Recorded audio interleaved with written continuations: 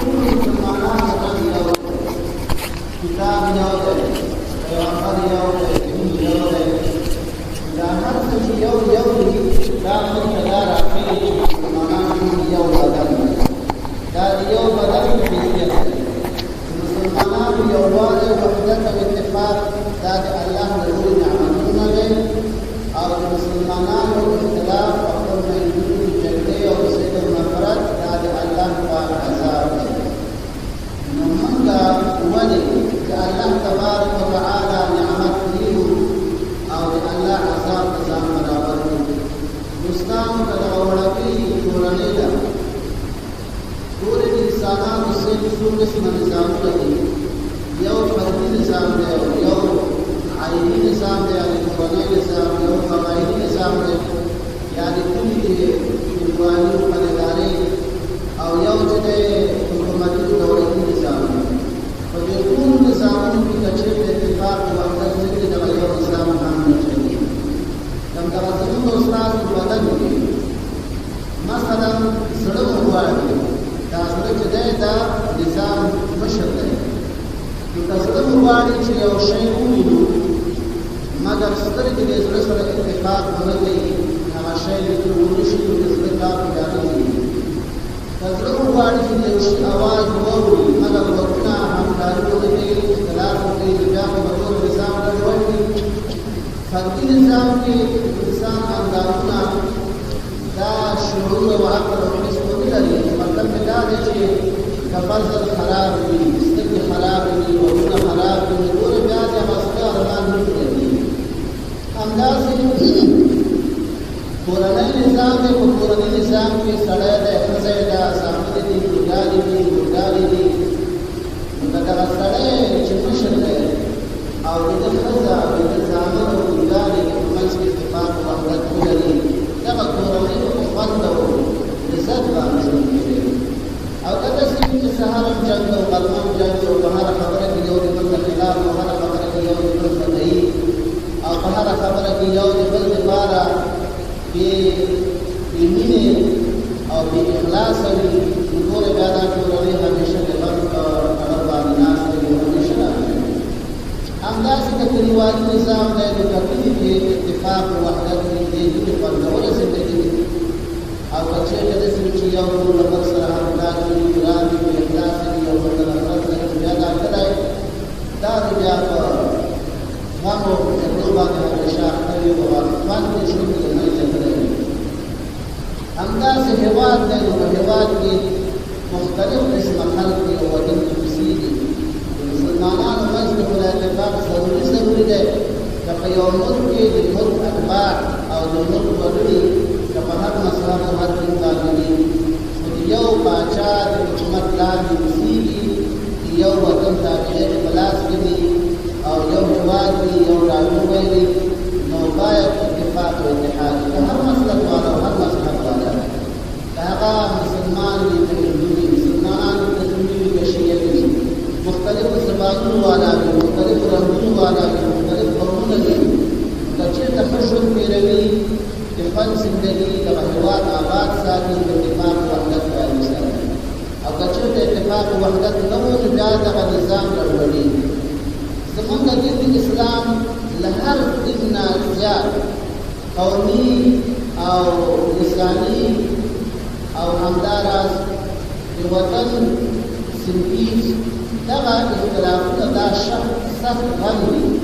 اسلام دې باندې سخت رد دی. تبعیض او اختلافونه سخت ردوي او د یووالي او دوستي او همکارۍ ته دعوت ورکوي. د مسلمانانو تر منځ چې کله پورې اتحاد او وحدت و، خپلو منځونو کې چې اخلاص و، یو بل سره تناسب او همکاري وه، نو مسلمانان قوي او اغیارو دشمنانو باندې د دې رعب او هیبت و، هغوی باندې به دې حکومت چلوو او د اغیارو نه به یې دوسیې اخیستلې، قلمونه به یې اخیستل. خو د کومې ورځې نه چې مسلمانانو خپل منځ کې وحدت او اتفاق پرېښی دی، حدودو طوایفي شروع شوې ده او کفارو د دې په منځ کې کار وکړ او یو بل سره دشمنان کړل.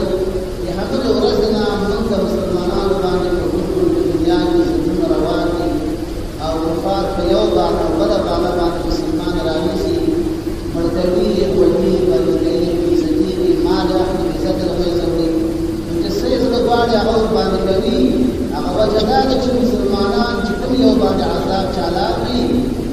وإجزاء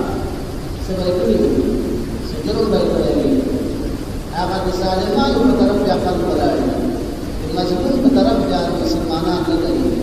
بل مسلمان يوسف ميسور بار يوم مخلص وباركسا مسلمان أهل الكفار ودشمن لخلاص ورقي داروش باقي خبر لدي اتفاق وحدتي هیڅ کله به یو مسلمان بل مسلمان چاته خلاص ورکړي هیڅ کله به یو مسلمان بل مسلمان هغه خیرخواهي ونی نه دي هیڅ کله به یو بل سره کرکه او نفرت دا ونه دي دوستانو اختلاف دې بد شی دی او وحدت او ورورولي اتفاق دا ډېر مهم شی دی د دې مصیبت د خلاصېدو لپاره یوازینۍ لاره هغه د مسلمانانو منځ کې اتفاق او وحدت دی چې د کفارو تسلط نه موږ خلاص شو د کفارو د ظلمونو نه خلاص شو كفار الغلامين اخلاصوا اغن وحدت الاتفاق مع خبره اسلامي وحدت تابطول نړۍ سول او امن او ژوند باندې راوړي او د ملک د کامیابی ترقی لپاره بهترین سبب دی او د مسلمانانو منځ کې اختلاف دا مسلمانانو نظام هم خرابوي د مسلمانانو اقتصاد هم خرابوي د مسلمانانو ترقی هم خرابوي دې وجه د دوستانو اتفاق او وحدت د اسلام د دین یو ډېر مهم شی دی کومه د تاسو په کتاب چې الله جل جلاله عزیز قرآن کریم مطالعات الله تبارک وتعالى امر په وحدت باندې د مدینه منوره په ځمکه باندې یو قسم خلق اوسېدلي یو ځای مشرکین دا یهودان چې وو بنو قریظه بنو نذیر بنو قینقاع دې کفار د دې نه فرهنګي نه باندې مدینه تراغلي او چې دا اخیری پیغمبر راځي دې کتابونو کې دا وړاندوینې شوې دي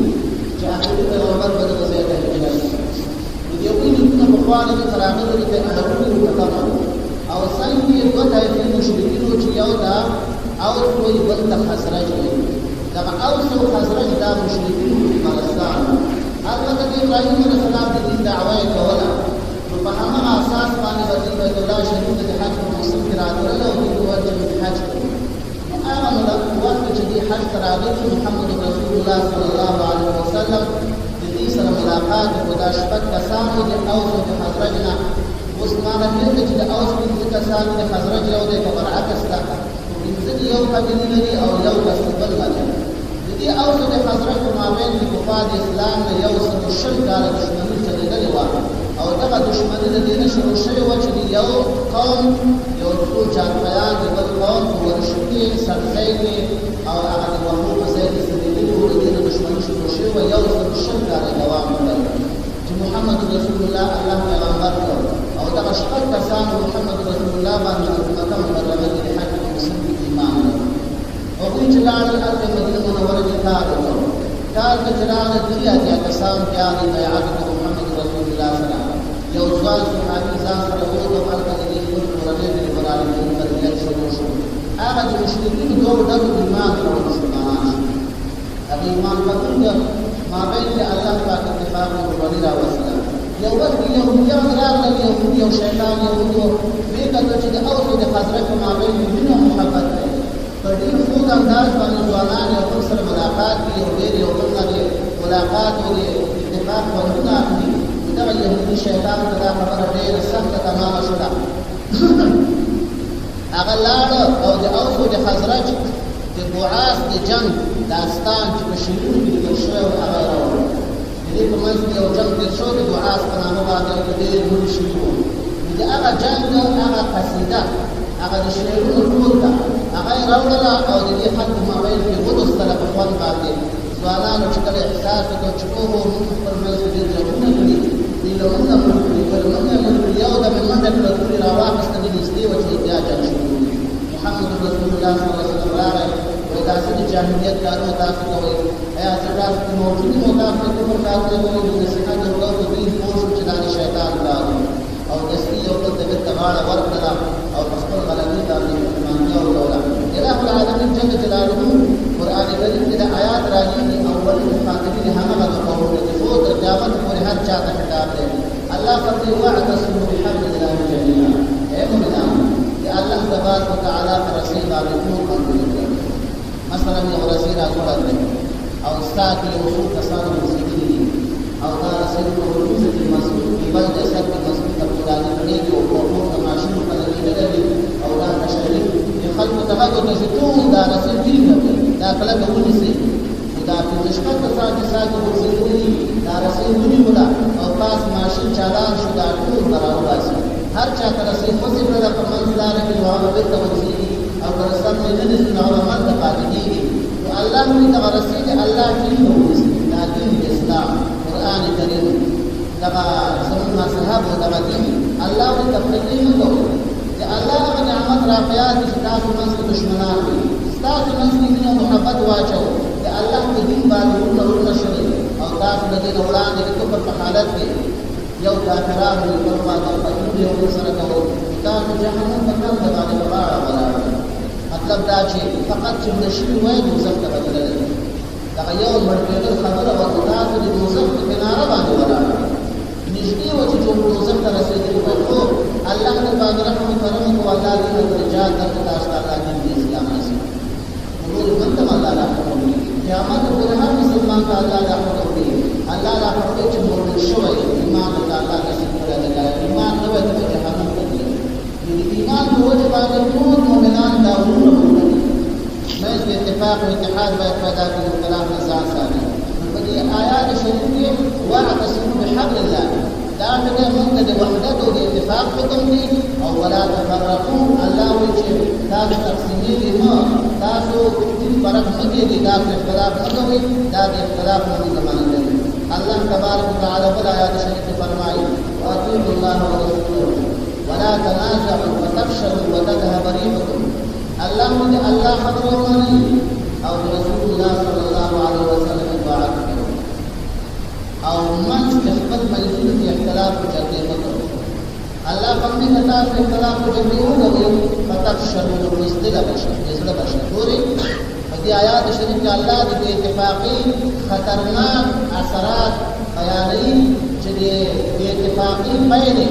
او نتیجې همدا وي چې کله کوم قوم بې اتفاقه شي هغه پېژندل شي هغه بیا د بل قوم مقابل کې پېژندل شي ځکه بل قوم چې کله په باندې حمله کوي دی ورته د خپل ورور نه ډارېږي دی وایي که زه قوم سره وړاندې کېږم جنګ هم شاله باندې دی ونه کوي هغه د ده نه ډارېږي نو آخر یې دواړه ووهل شي دواړه ووهل شي هغه څوک دشمن چې راغلی دی نو دواړو ته وهل ورکړي پیجانې دي مدیانې دي وخوړې دي الله فرمایي بیا به بزدله شي وتذهب ريحكم ستاسو قوت او برم هغه توانایي طاقت او له منځه لاړ شي ځکه دشمنان به خپل منځ کې جنګوي او یو بل باندې به وهي یو بل باندې مړه کوي نو الله به دې نظام ساتي او صبر کوئ تکلیفونو کې یو بل باندې الله تعالی صبر کوونکو سره ملګری دی الله تبارک وتعالی بل آیات شریف میں فرمائی ولا تكونوا كالذين تفرقوا واختلفوا من بعد ما جاءهم البينات الله اے مومنان تاسو مګي چې هغه يهودو نصاراو د چوري پرچا پرچا شو يهوديان خپل وخت چې کله موسی عليه السلام پیغمبر یا دغه نورسته چې پیغمبرانو او کوم يهودو چې په دې باندې صحیح ایمان ساته او په دې باندې پورا عمل کوي هغه مومنان هغه مسلمانان هغه خلک مسلمانان یوازې محمد رسول الله محمد ته وایي کوم پیغمبر چې په خپل زمانه کې وو هغه چا پورا تابعداري کړې وه هغه مسلمانان یهودان او نصارا په خپل وخت کې کله چې په اتفاق او اتحاد باندې وو په دورات باندې پورا عمل کوو او د موسی علیه السلام خبره پوره منله یا مثال داود علیه السلام یا مثال زکریا علیه السلام هغه وخت کې دوی باندې الله پاک بېشماره بېلې کړي د واضح رحمتونو نعمتونو تر اخلاص دي په ځمکه باندې باندې د حکومت سوا دې سره وو کوم ځایونه دې سره وو حکومت دې سره وو پیغمبران دې کې راغلل مگر د کوم وخت چې دې اختلاف شروع نو پرچا شو الله ور باندې دشمنان مسلط کړل الله موږ ته چې ولا تكونوا كالذين تفرقوا تاسو به دې هغه کسانو باندې چې پرچا شو په بعد ما جاءهم البينات پس هغه دې الله جلال واضح حکمونه دې تراغلي الله فرمایي لا کسان چې خلاف الحق نه او اخر کافرات شو دې لپاره ډېر لوی عذاب نو ګورې دې یو جامعې دې یو باج ارکان چې کله منځلار او دې باندې وسو پرې شو یا دغه قوم چې نه د دې لپاره د پردې ولاس دا همیشه د لپاره د دې عقیده آزاد نه وي د دې حرم او ناموس دا محفوظ نه وي د دې مال په امن کې نه وي د دې سر په امن کې نه وي دا دا ټول د اتفاقي وجه او کله چې قوم کې اتفاق وي اتحاد وي بیا په دې باندې دشمن نه غلبېږي. الله فرمایي كان الناس أمة واحدة خلق ټول یو امت. دا د ادریس علیه السلام زمانه یاد ادریس علیه السلام زمانه کې څومره انسانان په وخت کې وو دا ټول د ادریس علیه السلام په دین باندې روان وو کافر دنیا کې نو دغه نه پس چې ادریس علیه السلام دنیا نه لاړ او شیطان د بت پرستۍ طریقه په خلکو کې داسې طریقه باندې شروع کړه چې د ادریس علیه السلام صحابه دغه ملګري هغه چې ډېر تقواداري کې اعلی نمبر هغه قرآن کریم یادی وجر سواع یهود یعوق نصر دا پنځه کسان دا د ادریس علیه السلام هغه مخلص ملګري لکه زموږ د پیغمبر اسلام کې څلور یاران هغه صحابو کې بهترین خلک نو دا مخلص او بهترین خلک وو چې کله وفات شو خلکو د دې بوتان جوړ کړل هغه وخت بوتان جوړول حرام نه وو دا بوتان د الله لپاره سامان چې موږ به دا ګورو د دې دینداري او د دې عبادت موږ را بیانوو شیطان دې اولادونو مسیانو ته وښودله چې دا ستاسو خدایان دې د عبادت شروع کړه بت پرستي شروع شوله څوک مؤمنان او څوک کافران وایي چې کلامات الله وایي چې خلک یوه ډله وه یا دې اختلاف وکړو نو الله پاک منځ کې پیغمبران ولېږل چې مؤمنانو ته یې زیری ورکړو د الله د خوشحالۍ د نعمتونو کافرانو ته یې احکام ورکړو د الله د عذابونو دې سره کتابونه نازل کړو په حق سره چې د خلکو منځ کې جګړې ختمې کړي اتفاق او راولي فیصله وکړي نو کله چې اوس زموږ استاد الحمدلله کتاب یو دی قرآن کریم پیغمبر مو یو دی محمد رسول الله صلی الله علیه وسلم رب مو یو دی الله جل جلاله بیا د اختلاف څخه دا عکس یو دی بیا ولې اختلاف من سره په وطاق کې یو ملګری او حقانیت دوره کوله نو شپږ کسان موږ په وطاق کې زموږ په دې ملګرو کې یو زما خپلوان دی هغه حرکت تنظیم په سر باندې ودرېد او بل ملګری چې زموږ د هغه د حزب په دې مکان کې باندې ودرېد منځ کې جنګ شروع شو په دې کوټه کې سره باس کوم ته اخر سره راځي شروع شي لاس موږ سره خلاص ما ورته مالي ګوري تاسو ته وایي روسه پر تاسو ته حقیقت باندې وشي روسیا راغلو زموږ وطن د جهاد د ضرورت یو تنظیم کې به خامخا ځان شاملو یا حزب اسلامي دی یا اسلامي حزب دی یا جمعیت دی یا په اتحاد دی یا په حرکت دی یو کوم چې ضرور ځان شاملو نو دغه شاملو په جهاد وشو اوس چې کله د مجاهدینو یو خبره تېره شوله روسیان الله ذلیله کړل اوس د تنظیم په سر باندې ورغلل اوس باندې ګوري تاسو یو استاد تکلیف مفتی محمد بدر رحمه الله هغه استاد تکلیف او ترمذی بخاری او نووي او په یو مدرسه کې یو استاد شاګردان چې دغه ورته اوس محمد اوس تنظیم لري تنظیم ته هغه وخت ضرورت او تنظیم کې موږ چې ځان شامل وو د اتفاقي لپاره نو ضرورت او دا څنګه چې اوس یو تنظیم پر سره لانجه کې د محققي او د چبې د افغانستان کې د فساد او خاني په ورته نشي لکه څنګه چې مجاهدین پر مسؤل دا ټول په اتفاقي وو کفار اغیار په تنظیمونو باندې پاکستان کې شروع شو تنظیمونو په ایران کې جوړ او د تکلیف ورته کې چکر کول یو پر قتل کول یو پر مرګ مباح جایز ګڼل او د دې مجاهدینو په څنګه استاد د وطن ټول د کو پارچه شو او ټول د وړي خاورې شو نو ټول دا د تنظیمونو د اختلاف کفار دا معلومه کړي ورته فساد وشي بیا به د اسلامي اصول حکومت جوړېږي هغه وخت کې تنظیم پاکستان جوړ کړل د دې اختلاف د جوړولو لپاره دوستانو اختلاف دغه نتیجه الله تبارک وتعالى فرمایي چې ان هذه امتكم امه واحده وانا ربكم فاعبدون الله دې استاذ یو دین او استاذ رب مطلب دا چې رب یو او دین یو دی الله فرمایي چې ما ته عبادت کوي مسلمان کار عبادت الله بندگی وکړي اختلاف د منځ کې نه دي همدارس الله تبارک وتعالى جو خلق مسمت بیان شدل شي الله یې ادا کې مشرکان نه مديږي دا کسانو نه مديږي چې خپل دین ټوټه وکانو شیعا او بدل شي ان الذين فرقوا دينهم وكانوا شیعا لا خلق نه مديږي چې خپل دین ټوټه او دې دل شي باطل تنظیم شو دا اساسه مديږي قرآن کریم کی بارے میں ډیر آیات دي احادیث مبارکه رسول الله صلی الله علیه وسلم ډیر زیات دي رسول الله فرمایي علیکم بالجماعه تاسو مسلمانانو د اکثریت ډله کله راوړي سره ورته ویاکم بالفرقه ځان ساتي د جداینا فإن الشيطان مع الواحد وهو من الاثنين أبعد شیطان یو کس سره ملګری دی کوم انسان چې له ډېر نظام بیل کو شیطان د سره یو ځای کېږي دا بېلارې ګمراه کوي او د دوه کسانو نه ډېر لري بیا فرمایي من اراد بروحة الجنة فليلزم الجماعة رسول غواړي چې د جنت خوشبویګانې لاسته راوړي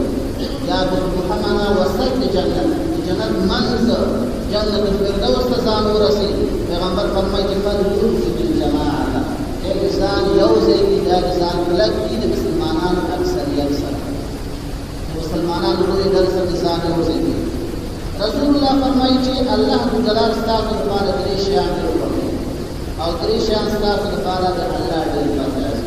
الله چې کوم شی خوښوي هغه دا چې الله د بندګۍ کوي الله سره شریک مه جوړوي او بل دا د الله پر رسول باندې منګول ولکه اختلاف نه دا درې خبرې او درې خبرې ستاسو الله ته ډېرې بدې دي الله پاک ته ډېر نه بخښي یو دا چې قیل او قال موږ چې پښتو کې تا وایي ما وایي ویل شوي دي چا ویلې فلاني ویلې دا ویلې ویل شوي بې سنده خبرې دا د الله ډېرې بدې دي که ثابته مستنده خبره وه وکړه او که نه وه خبره دې وکړه دا لکه دا چا کړې ولا چا ویلې داسې ویل شوي دي چا ویلې دا خبرې د الله ډېرې بدې دي سند نشته خبره بنسټ بنیاد نه لري یو مسلمان بې ضروري کار نه کوي غلطي کوي یو مسلمان داسې خبره جوړوي چې که څوک وایي دا چا ویلې دی ولا چا ویلې چا نه دي اورېدلي دا خبره د الله ډېرې بدې ده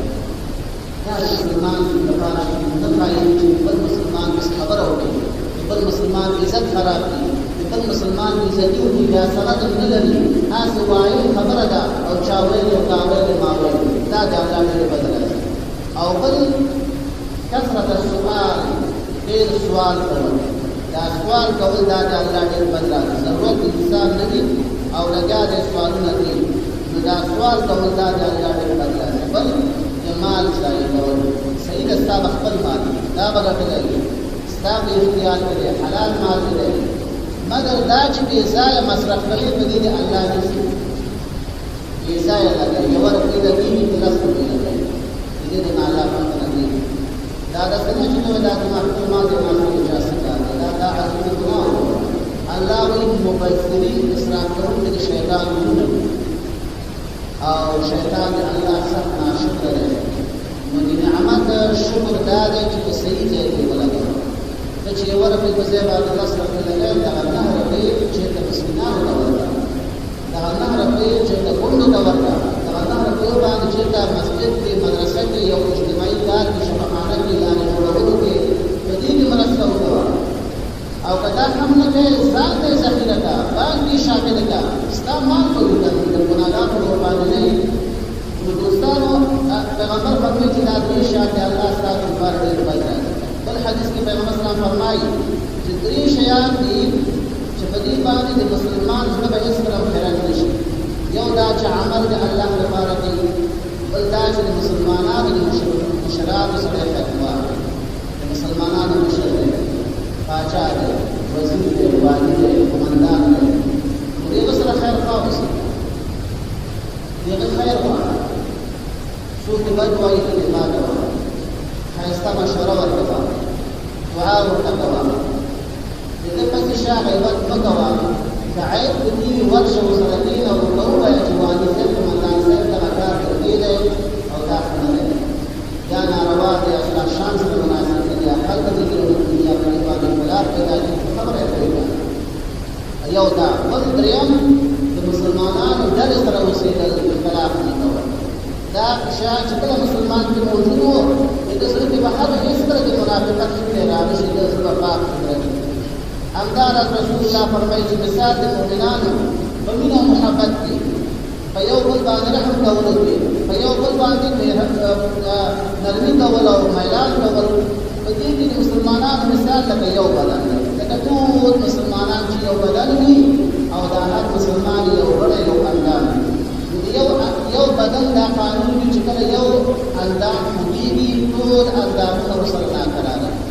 لکه سترګې درد وي نو ټول بدن به نه ارام وي کله مخه پوهېږي ټول بدن به نه ارام وي حتی چې یو روح دی مات شوی دی ټوله د پوهېږي ټول بدن نه ارام وي سړی خوب نشي کولی مسلمانان باید داسې چې ټول یو بدن وي یو روح یو اتحاد وي چې د دنیا په کوم کونج کې مسلمانانو باندې تکلیف پیدا شو باید ټول مسلمانان په دې باندې خبر شي دوستانو نن سبا افغانستان زموږ دوستانو ملک ته وحدت ته ډېر اړتیا لري یووالي ته ډېر ضرورت لري ځکه چې الحمدلله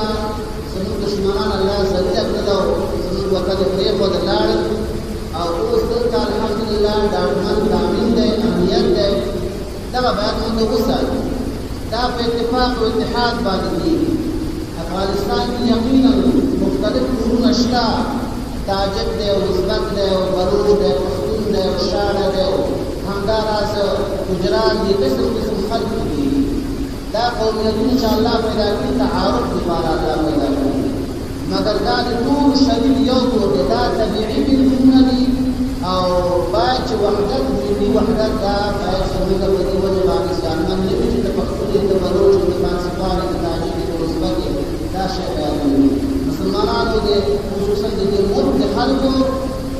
خدای دې وکړي چې هر مذهب والا وي یو هم دلته اوسېږي نو مسلمان په هغه سره هغه به د سره اتفاق او اتحاد کوي ځینې جدا دی خو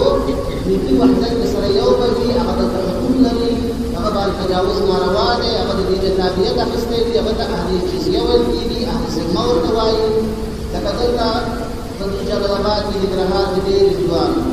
زموږ دا ممکن مجاهدین چې کله کامیاب شو د روسیانو نه پس ته دا د هندوانو بیچارهګانو ټولونه په مصر باندې دوی وهل مړی کړل دوی سړی ټول هندوستان ته وتښتېدل ټولونه دې په مصر باندې دا د انتهایي څه دا د دې خپل هویت و دا د دې حق و دا ورته د ملک اجازه ورکړې وه دې ورته تابعیت ورکړی و هغه خپل کفر دی الله به ورته حساب کوي لیکن د ظاهري حقوقو ته دې سره حقوق لرل دا دې ته په زوره ونیول او کورونه په ځان ته جوړول نو ګوره دا انتهایي ظلم شو یو هغه کفار چې موږ سره جنګېږي په موږ باندې تعرض کوي یا موږ ورباندې مثال خبره جهاد لپاره موږ ورشو جهاد سره کوه حربي کافران دي د دې نه علاوه چې کوم کفار سره صلح شوي کوم کفار سره چې هغه د جزیې خبرې منلې وي او اهل ذمه وي هغې سره اختلاف ناروا دی دوستانو زموږ وطن کې الحمدلله اوس یو نظام دی استقلال دی اسلامي نظام دی او دې ته ضرورت دی چې موږ متفق او متحد اوسېږو اختلاف باید پیدا نه کړو دغه وحدت او دغه امن دا امنیت باید له منځه ولاړ دوستانو د وحدت ډېرې فایدې دي سم بیان کړي دي په دې آخر کې یوه خبره دې رالېږلې ده هغه دا چې وایي هېوادوال د افغانیو د منترسېدو یا د زړېدو څخه شکایت کوي او د افغانستان بانک د زړو بانکونو د راټولولو لړۍ پیل کړې ده د دې لپاره چې افغاني زموږ ملي سرمایه پانګه ده او حفاظت د هر افغان دنده ده بناء د ټولو هېوادوالو څخه په درنښت سره هیله کېږي چې په معاملو کې او راکړه ورکړه کې د افغانیو په سمه توګه کارولو او خوندي ساتلو ته جدي پاملرنه وکړو موږ که ګوره دا پیسې واخلو چې ملي دغه شفافیت د دې باندې هغه شرافات رامشکوونکي خصوصا زموږ دا زنانه طبقه چې دا د پیسو ډېر اهمیتي نظر باندې ورکوي داسې کموله دي راغلي هغه چې د کموله یې پنځوس سلۍ او زموږ د اکثره حقوق داسې چې هغه دغه د پیسو احترام نه کوي ټولې د ډالر د کفارو پیسه ده د امریکایانو څومره حصه ده چې کال شوی وي دغه د سراب لرانه دا کال شوی دی هغوی د خپلې پیسې دومره اهمیت سره نظر وکړي د پاکستان پیسه ده هغوی په دې رول باندې چې د الجناح په دې عکس باندې لږ ذره په قلم باندې په خطایي باندې رنګ شوی هغه باندې نه پکړي دا د نور د دې قائد اعظم عزتي شوی دا نور باندې نه اخلي موږ افغانان پیسې چې دې راوړي داسې پیسې دي چې چا خبره مرغۍ کې علاقه بیا د دویمه ورځ د پنځه ورځې ګورو چې هغه جالته پاتې شوي دا سرمایه ده د وطن یو لوټ چې شل کاله عمر لري هغه موږ دوه کلونه راوړو دا ناروا طریقه ده دا موږ د خپل سرمایې سره ظلم دی دا په ارګونو پیسې دا چې دا چاپ شوي هغه موږ دوه کلونه راوړو بیا د دې نه پس بیا ضرورت پیدا کړي نور به چاپېږي په دې ټوله سرمایه د وطن بیا وروسته دا مسله کوي دا په اسانه باندې چاپېږي دا په سرمایه باندې سي په دې وجه باندې استاد د مدینو ساتل دا مهم شي دا باید متصل وساتو او دې خاطر وکړو چې چا خبر چې دوه کال عمر نه مونږ له لاسه ورسېږي لاس راغی دا موږ شپې دوه ورسېږي خو یو وساتو او وایي چې خپل ټول خاطر ورسېږي چې نه زیات باید د خپل سرمایه ساتو الله تبارک وتعالى سره مسافر اتفاق مخلوق مزدور ساري او الله تعالی د مسافر او امان سره د دعوتن څخه د مسافر او الى العالمین له خلق هدایت سي چې مدن امن خرابې او الى العالمین دلال مسلمانان